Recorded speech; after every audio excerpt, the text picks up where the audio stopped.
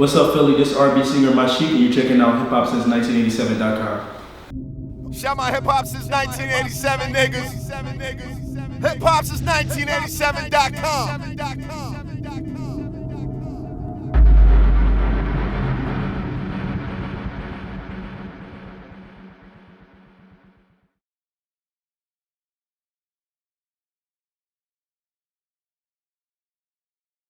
What's good? It's your boy Rick Dange, here with an R&B artist that's working hard and building his buzz, Mashich.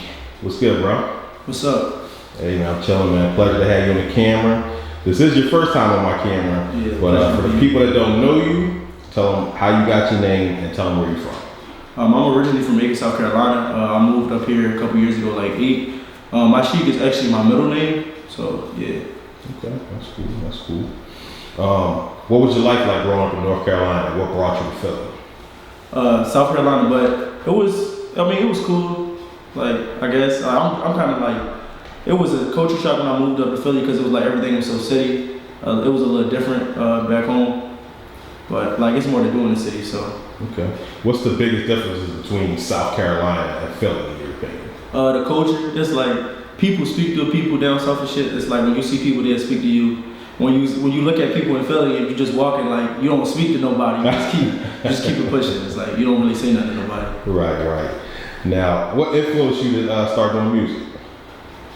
Basically, all male like R&B artists, especially like early 2000s, like Neo, Chris Brown, Mario, like even like Sammy, and even like older R&B artists like Bobby Brown, and like 90s like Usher. Like basically anything that will come on in the 2000s playlist or like 90s R&B playlist, that's like my influence. Okay. Now you were in a group before you were a solo artist. The group was made up of all rappers and you were the only R&B artist in the group, right? Yeah. It was 12 rappers.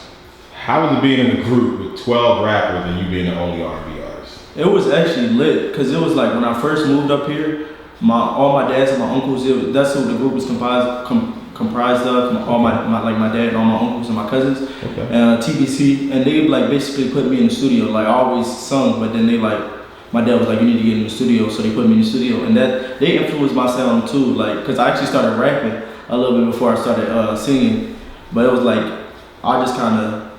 that's who like they put me inside of that lifestyle. Like I was always going to the studio with my dad, watching him record. And then watching, like I was too small, like then, like too young to like actually go to performances, but I was like see them after the fact, like after like recordings of them and stuff. Okay, so it was a family thing more or less. Yeah. All right, well, a lot of people probably don't know this about you, but you're not just a musician, you're also in the reserves, so salute for that. What made you want to join the reserve and what's that experience been like? Well, I always wanted to join the Army. I chose the reserves component because I wanted to go to college. I originally was gonna go to Temple, but to save money now, I'm gonna start at CCP in the fall. But like, it was a dope experience. It was something I always wanted to do. It was funny as shit. The drill sergeants are crazy. You get a sense of brotherhood out of it. I got cursed out plenty of times. Like, you got told shut the fuck up. So it was like, it's something that if you ain't got tough skin already, it's definitely gonna help you get tough skin. Okay. Now, what would you say separates you from other artists that make music? Well, right now I'm like one of the only artists. Well, not one of the only, but yeah, kind of like one of the only people in Philly who make R&B music. Well, males on the male side anyways, not a lot of male R&B artists. Mainly everybody rap or like rap sing. Right. I mean, I kind of do a little bit of rap singing, but I'm like R&B, so that kind of separates me. Okay. So how would you actually describe your music and your sound? I mean, I got two different sides. I got like the rap singing side of it, and I got like the actual R&B, because I do got them heavy like 2000s and 90s influence. Okay. So sometimes, I get like special affairs, kind of like, this is a special affair, we got love in the air, aye. And then like, I got other songs like, when I'm swimming in your ocean, diving in, I'm stroking, all up in your waters, babe. Okay. We'll flex on them real fast. That's what's up, man. Now, earlier you had mentioned artists like Chris Brown. You also mentioned that your family, your uncle, your dad, they got you into the group. But what are your main inspirations for the music that you write? Still like them 2000s R&B artists. I would like how everybody say a real artist. Like I want to make music that actually like speak to people. So sometimes I try not to be so current, but a lot of times I like my music to be current. My thing is like catchy lyricism. I like to be catchy with stuff, but I like to have a kind of a flow about it, or like little 90s R&B influence. But also I like to try to be artsy now, because I feel like R&B is coming back in a major way. And like mainly the R&B artists you hear now, like Daniel Caesar and like her, is like real R&B, or then you got that indie R&B like Anderson .Paak, who like kind of do that stuff like that, or Xavier Omar. And like Daniel Caesar is like when it comes to like the artsy side, like I really like his music. So it's like Daniel Caesar is a beast. Shout out to him for sure. What are your long-term goals in the music industry? Well, first goal is to make it. Okay. So I'm working. I ain't put out my first project yet. It's been a long road coming, but I'm just thanking my manager DC the Beast and God for the patience, because I would just want to go. I just want to like go to the studio. I just want to push out music.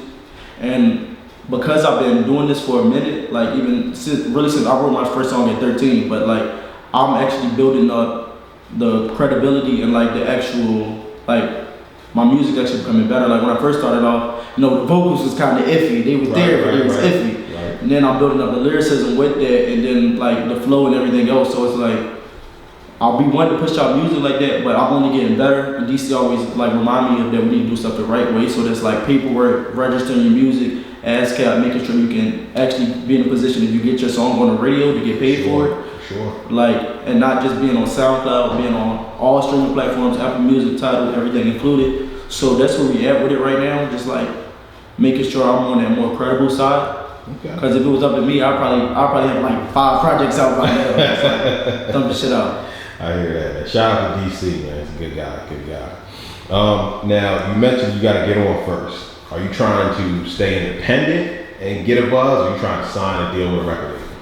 I mean, it depends on which way, like kind of take me. Like, I would like to get just a distribution deal, really, and stay independent. Okay. But at the same time, I don't know if I could pass. Like, well, I'm turning down the 360 deal automatically. That's not even happening. That's not even in the cards. But it's just like, if I get recognition from a label and they would like to sign me, it's something I'm open to. I don't want my buzz to fade. Right. If I start making moves and shit, I don't want my buzz to fade and just be like, nah, I'm staying independent. But if I could get a distribution deal and just like pump it out like I'm doing now, then I would. Okay. Now, where do you see yourself in 10 years? I believe in myself that much. So 10 years, I feel like I should be there to like. I want to be on Billboard. Like I want to have hit singles. Like that's the shit I want. Like I want to be performing at award shows, BET, VMAs. I want all of that. Like I really want my career to take off. People believe in me, so I believe in myself. I got something. I got the voice. I'm working on the image, and I'm working on the financial aspect and everything that goes on behind the scenes. So like only time that God can tell. Hey, I dig that, man. You got to speak it into existence, man. Is there any job or position in the music business that you'd like to pursue aside from being a singer before or after you retire? I mean, I definitely see myself writing for people. Like I write 100% of all my own music, and I actually just started co-writing with somebody else, and that's a dope experience. Like, cause I'm, like I said, starting from 13, making music and shit, and like improving the vocals. Like I got a vocal coach and everything, and she also helps me. Shout out to Dave, shout out to Empress Entertainment. Cause she like really helped me, stuff like that. Like basically just improving my lyricism. And damn, I forgot a question. I was saying, any position that you want to have outside of being a singer or a songwriter, cause like I write like that's what I said. Like I write like mainly all my music, and I just actually got a co-writer. So I feel like it's dope. Like when people hear my project, they're gonna be like, "Do you write everything?" And I feel good to be like, yeah. Like even if I have a co-writer, they don't write like. It ain't 50-50, it ain't even 80-90. They may contribute 20% of the lyrics. And like, cause I never bring anything to anybody like a blank slate. Anytime I link up with Dange, I'm like, this is what I have already, how can I improve it? She'll go from there, we may redo a verse together. She'd be like, I like this. I'm like, nah, I like this. I change up the lyrics, I change up stuff. And after I leave sessions with her, I go home, I'll work on it some more, and I bring it back to her, and she'd be like, I like that. So it'd be like, it's a good relationship. All right, now, if you could write for any artist, who would you write for? I'll probably write for Chris Brown. Okay. Why Chris? Because I feel like, because I was like heavily inspired by him when he first came out. Right. Like, and I just feel like my music ain't really Chris Brown music. I just feel like sometimes I can see that lane. So I'll be like, yeah, like I'm working on something right now. I feel like if I did a demo to it, I'll send it to Chris Brown or somebody like that. Okay. Now let's talk about your music a little bit. You have a new project on the way called Small Town Big City, and that's entirely produced by A.M.O Productions. First off, why did you name the project Small Town Big City? Well, I named it Small Town Big City as it's like me telling my story. Basically, moving from South Carolina like 8 years ago, moving up to Philly. Like that's what the whole becoming part of TBC, being in the studio, like working on my music. Like I always wanted to do music. Like from the age of 6, I feel like that's when I really realized I had a voice. So it's like it was always something I wanted to do. And then once I moved up here and I got the opportunity, like I seen my dad and my uncles like performing, putting out videos and stuff like that. It just like kind of inspired me. And then I felt like I could always make it. So it was like moving up from like the country, like in South Carolina, and then moving up to Philly, like it in New York, but it's still a big city. So for sure. That's why I named it Small Town Big City, and basically like to tell my journey and stuff like that with like music wise. Okay. Now, what made you decide to use A.M.O Productions on the entire project? That's actually a funny story because it's like before like how everybody was it Sound Pro era? Everybody was just like buying beats off of Sound Pro or like leasing them and then like making music, and then I did a hook for DC song. It's called Forever. Like I forever live the life of a G.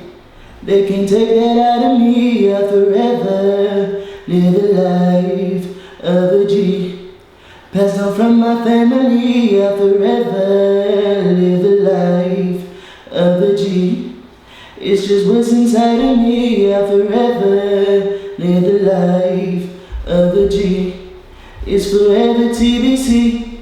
And he heard that and then he wanted to work with me, and then like he gave me like 4 or 5 beats, and like I fucked with all of them, where like he just kind of played his shit, and then I fucked with it. And I didn't have a steady producer at the time, and I feel like that took me like my whole journey, because I'm only 21, so like my whole journey is just giving me more credibility, just putting me in that position, like because I'm underground and not that many people know about me, but it's like every step I take is to get that, get more known. Like even this interview, like even the shows that I've been doing for the last summer, like I was out performing crazy. I performed at Mount Brown Stop the Violence Kickback Festival. I opened that joint up, and it's not, shout out to Mount Brown. It's not, I didn't even need like the full crowd out there. I just needed a couple people, because to me, that's what it's about. Was my journey as an artist, like really taking that foot out to perform, to be in the studio, to make music out, and now eventually, in a little bit, it's gonna be actually dropping my first project out, which I'm really excited for. So be on the lookout for Small Town Big City. You got a release date? I hear you. You got a release date for the project? I don't want to give out a release date right now, because like I said, I'm the one who impatient. DC be like, no, you gotta wait till the paperwork. So basically, the level we at right now is, what is it called when you the songs? You picking the songs still? Nah, when you upload on the BMI and stuff like that. You trying to get the publishing and everything right? Yeah, we trying to get the publishing and everything right, and as well as the mixing and mastering, because it'd be crazy if I told you how many times I've recorded like one song just to get this finished project. Like I said, like this project really to me is like 3 years old, but everybody else is gonna be fresh, because it's like it came from like sometimes the vocals was iffy, sometimes the studio and the sound wasn't right, and the lyrics could have been improved. To me, like getting a vocal coach, getting a new studio. Shout out to John and Executive House Music, like one of the best studios in the city. So it's just like all that journey has taken me to get my music even more credible. So it's like I can't really give out a release date, because I would have been put it out, but it probably wouldn't have been as good as it's gonna be now. So we making sure everything is legit, and then I can't really wait for that. But we looking for like December, January-ish. Okay, so end of the year, top of the year. Yeah, end of the year, top of the year. All right. You got any features on the project that you can tell us about? I got Gage on the project. I got on one of the songs, and that's really kind of it. I got one more feature, but I'm not gonna say the name. Okay. Now, do you already know what the next single that you're gonna promote off the project is, or what videos you plan to drop off the project? Well, the first thing The first thing is it's fucked up because it's like I really wanted to put Special Affair out. It's like some people hear it instantly and they be like, "That's a hit. You need to drop it." Well, it got like that summer feel, summer vibe to it, and summer is about to be over. Like if it was up to me, I would put it out by now. But you know, I gotta wait. So probably because if we release it in the fall, winter, I'm definitely gonna put something out with more like fall or winter type vibes. I got like my song Haunted. It was like the second song ever that I recorded, so like I'm excited for that. Like that probably be like the first thing, but that's just like to get buzz. That's not even like really what I want to put out. And then after I put out Small Town Big City, hopefully I'm looking to put out a project like maybe 6 months right after that, because I'm really kind of backed up with projects. Like I'm getting the sound right for that, but I'm already in the studio writing and recording new stuff. So okay, I respect it. Now, if somebody's watching this and they never heard your music before, what's the first song or video they should look up right now? Only the first thing that you could actually get a vibe from my music it's called Miss My Dog. Mashich Miss My Dog. It was just something to put out. It's not really, I wouldn't say it's the best representation because I got hotter shit. But I mean, if you ever lost somebody like your bro or your cousin, then I feel like you can identify with it. So. Okay. Now, do you have any upcoming performances or anything that you can tell us about?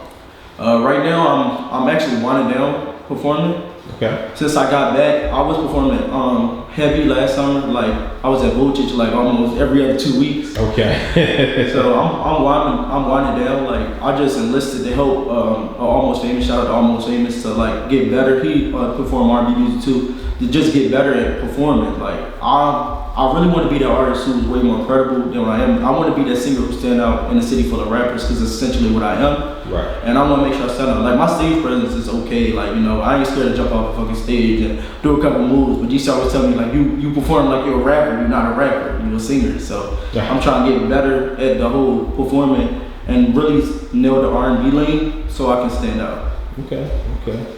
Now, I usually ask people in the first interview I do with them, how do you feel about the climate of the music industry in Philadelphia, as well as the climate of the music industry in South Carolina? I mean, I'm never gonna hear when the other artists will do anything they do. So shout out to everybody in Philly who making a name for themselves, making waves, and that can only be a good investment because like Santana, like more people gonna look in this city. Like if I'm trying to make it, Santana for sure. Yeah, if I'm trying to make it out of this city and he got a song that's popping right now, that means A&Rs are gonna look into the city for somebody in Philly that they can possibly put on next. And shout out to for our greater, like the artist that's popping right here, popping in the city right now. It's only mean it's gonna get we're gonna get a return on our investment in the city. So hopefully, more A&Rs come to the city, like they actually scout talent in Philly. They call on my phone, the A&Rs are very aware of what's going on in Philadelphia right now. So you're right about that for sure. For the people that want to follow you on social media, what's your Instagram, Twitter, Snapchat, SoundCloud? Give them all your handles, everything you got. So you can follow me on Instagram if you search Mashich Music, MASHICH MUSIC, Mashich Music on Instagram and Twitter. Or you can also find me at King Tut, K.ing.tut, either one. That's on Twitter and that's on Instagram. You can also find me Mashich Music on SoundCloud if you want to check out that one song, Miss My Dog. That's how I drop something else. Yeah. Okay. Is there anything else you want to leave the people with before we get out of here? This is a special affair. We got love in the air. We got drugs in the air. Oh yeah. Oh yeah. Marijuana breath. Kisses on your neck. Sucking on your nipples and your panties soaking wet. When our lips collide, you'll be gasping for breath. Music, yeah, we vibing to the atmosphere. All right, well, there you have it, ladies and gentlemen. It's your boy Rick Dange here at R&B Star that you're going to be seeing all over the place sooner than later. I promise you, my man Mashich, and we're signing out at HipHopSince1987.com. Shout my hip-hop since 1987, niggas. HipHopSince1987.com.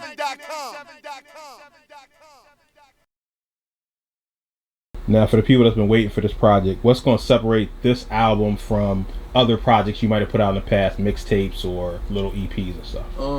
I kind of let people around me like pick some of these records, if you get what I'm saying. Just like I usually go with what I like, and what I like sometimes may not be, you feel me? Right. Whatever. So I let people around it, just pick some of the records or whatever, and they was just telling me some of these records are. And I ain't gonna lie to you, the outro, it's called Doing It. That's super hard.